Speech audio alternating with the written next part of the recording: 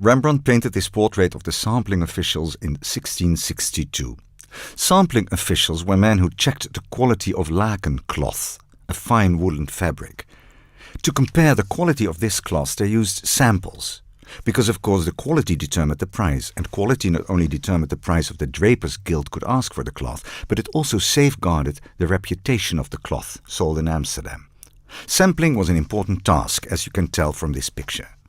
We see 5 officials and 1 servant at the back, looking directly at us, as if we just come in and disturb them. What I love most about this painting is the man on the left who's just getting up or about to sit down. You can't be sure, of course, but that immediately brings the scene to life.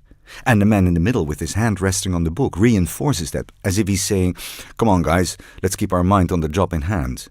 But everyone is looking up, as if we just come into the room. It's a snapshot moment almost, and it's amazing to see how Rembrandt has put this across. If he hadn't depicted them like this, it would be a picture of 6 boring men in a row, all just staring at us, as they sit around the table. But Rembrandt has turned it into a lively scene.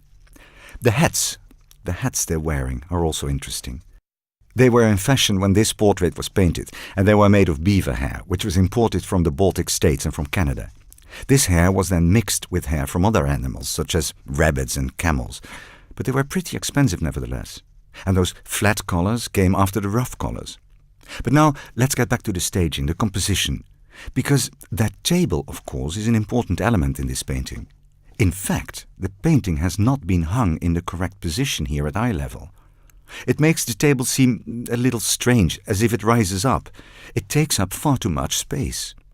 This portrait was originally intended for the sampling hall in Staalstraat here in Amsterdam, where it hung above a fireplace. And if you now get down on your knees, what I'm doing it now, and you should do the same. Well, I know maybe it's not allowed, but we're doing it, and we'll soon find out if it's allowed or not. Well, if you now look up, you can see that that's the right perspective. And I also think that Rembrandt painted this on a platform standing below it, which give you the perfect proportions of the table. This painting, and I'm going to get up actually now, this painting is in Rembrandt's rough style, which came under heavy criticism at the time. Indeed, a contemporary of his, Gerard de la Resse, called it daubing. Look at the Persian rug on the table. On the left you can make out a pattern very clearly. You can see how it's woven. And if you take a few steps back now, and you look at the rest of the tablecloth, it is as if it's been painted the same way, but it isn't, not at all.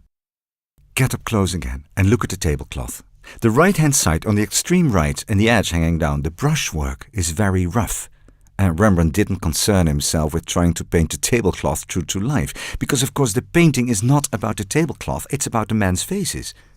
Rembrandt wanted you to look at the picture from a distance. And it's a well-known fact that when people visiting his studio stood right up close to the painting they were viewing, he pulled them back, saying that they'd find the smell of the paint overpowering. So he wanted us to look at the work from a distance. In fact, I always wonder how he did it when he painted. He must have stood back all the time to see the effect, and then he stepped forward again to the canvas to put down his next brushstroke. Rembrandt will have earned a lot of money from the painting. In fact, he had to be extremely careful with the creditors since he'd gone bankrupt a few years earlier in 1655. And so he thought up a very clever idea with his son Titus, a kind of limited company where Titus was paid and Rembrandt was in his son's salaried employment. Pretty clever, I think. And here on the right you can see Rembrandt's signature in the tablecloth, almost as if his name was woven into it. Can you see? Rembrandt. Well, it's quite difficult to read, but, well, you probably spotted another signature at the top, Rembrandt 6062. But this signature is believed to have been added at a later stage, because people couldn't make out the other signature in the tablecloth very well. But isn't it fantastic? The man's hair is really incredible too, but okay, let's move on. Let's leave them to get on with their work.